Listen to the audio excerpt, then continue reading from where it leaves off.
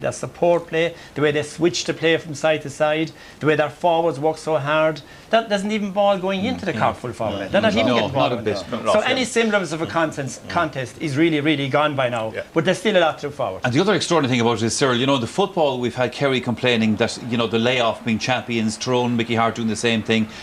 Kilkenny have been off for weeks and weeks, and they're as sharp as ever. Yeah, but Michael, they're good at it. Like this is their favourite route. They don't lose matches. They have 2 games or 3 in Leinster, come out and they don't complain. They just go and play the game. And early on in this game, they go for goals the whole time. But like they're very, very strong. The 2 wing backs again now. They've lost their centre back Brian Hogan, but Riley's on quite well. And Michael Finley's kind of becoming immense. Like the last year, kind of playing for Ballyhale, he's grown and grown in stature. Chaz in doing his work. And up front, like before Henry got knocked, we'll say whatever injury got in the ear ankle, he orchestrated all the attacks, and it was lovely to look at. And you have Richie Power, who's brilliant in the air, very good free taker, really coming in kind of to himself. And all the others, like in comparison to Cork, all the Kilkenny forwards have scored. But I think what Cork are very weak at the moment is their half back line. From midfield, midfield and the Kilkenny half forwards, they're powering through, and it's very hard on the Cork full back line to hold out because they're holding for a while, but you can't hold. It's like holding the dam. Eventually, it's going to come. You see, this is what happened to us. Like in fairness to Cork, they tried to get stuck in at the start. They were tackling everything that moved for a while, kind of, you know. But as Cyril said, there was kind of an inevitability about the way this was going to go. Yeah, as well. Michael,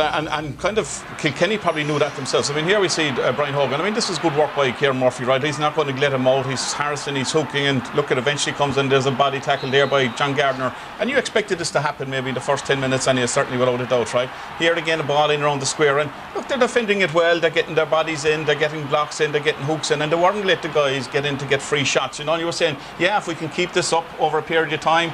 At that stage, I think in the game it was only about 2 points to 1. You know, right, so you were holding fire, but it was going to come though at some stage that all of this was energy sapping. It was actually getting the best out of what the Cork defence were going to offer, and suddenly the whole thing opens up and there's goals scored. And after that, you know, if they had a chance to score points, they wouldn't take it. They kept going for goal for goal. Yeah, it's very bit unusual with Kilkenny in a situation like that they'd be happy to get their 6 or 7 points and tap them over the bar.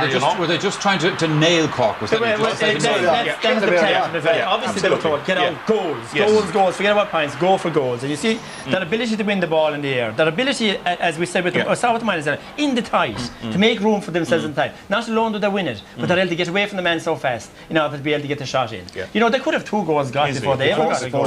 We saw Donald making the save there, but the first Kilkenny goal, it came from almost a similar type of move, and this time there was no stopping it. That's exactly it. That's their plan. The very same, you know, they keep the same pattern. If it doesn't work, try it again. If it doesn't work, go again. You know, taking on the man. The Cork half-back line, not good facing their own goal.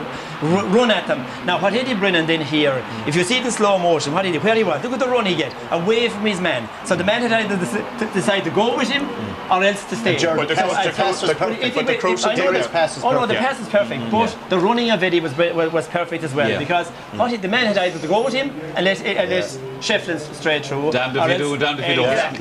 And they use that composure under pressure. She was the best man in that position to have the ball they're going through with Shefflin, because the vision that he sees, I mean, they've gone through with a few of those as earlier, and the passes kind of went astray, but this one.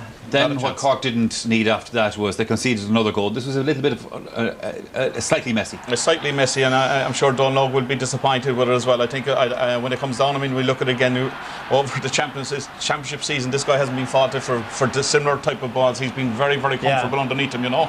And look, you could maybe argue with Richie Power goes in there and he's not playing the ball. He's gone straight in at the goalkeeper.